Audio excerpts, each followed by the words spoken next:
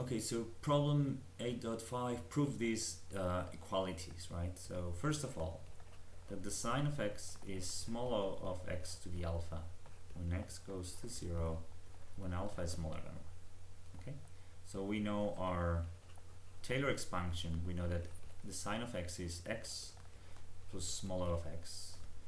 So the limit when x goes to 0 of the sine of x divided by x to the alpha, which is what this means, that if sine of x is smaller of x to the alpha, that means that the limit is equal to 0. Okay, so if we substitute here, we have that this is x plus smaller of x divided by x to the alpha, and so this is equal to the limit when x goes to 0 of x to the 1 minus alpha plus small o of x to the 1 minus alpha, right?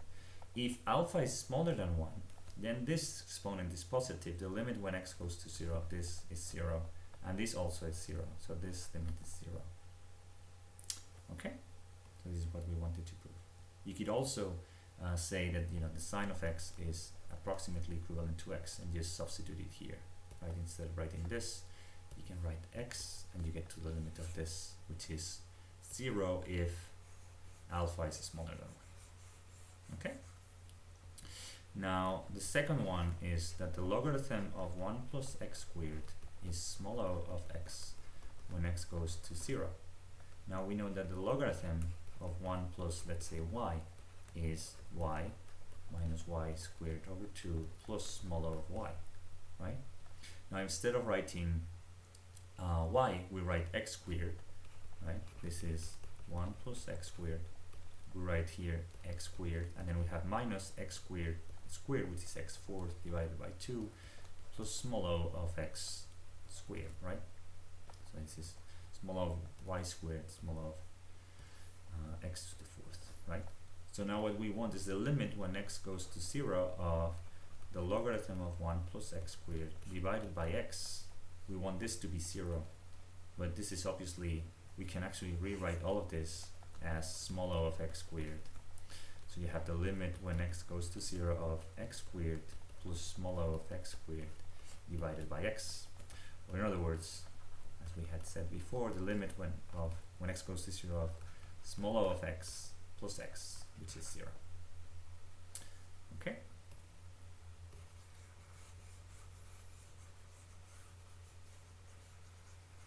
Now part 3. The logarithm of x is small o of x when x goes to infinity, and this is again the idea that when x is very large, the logarithm of x divided by x becomes 0, right? Now you can actually prove this using L'Hopital's rule, right? This is going to infinity, this is going to infinity. If you apply L'Hopital's rule, the derivative of this is 1 over x divided by 1. The limit of this is going to be 0.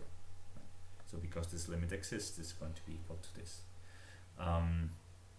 And you can also, you know, take this to sequences, apply Stolz theorem. There are many ways and you can prove this, right? You can, importantly, you cannot apply the approximations to the logarithm that we have seen for x close to 0, because this is when x goes to infinity, right? And then finally you have the tangent of x minus the sine of x is small o of x squared when x goes to 0. Now the expansion of the tangent close to 0 is x plus 1/3 of x cubed plus small o of x cubed, and the sine is x minus 1/6 of x cubed plus small o of x cubed. So the subtraction between the two is x and x cancel out, and you have 1/3 plus 1/6, which is actually 1/2 of 1/3, sorry, of x to the cube plus x cubed, right? And obviously this is small o of x squared, right? You can compute the limit when this when x goes to 0 of this divided by x squared, but you can see already that this is going to be 0. Okay.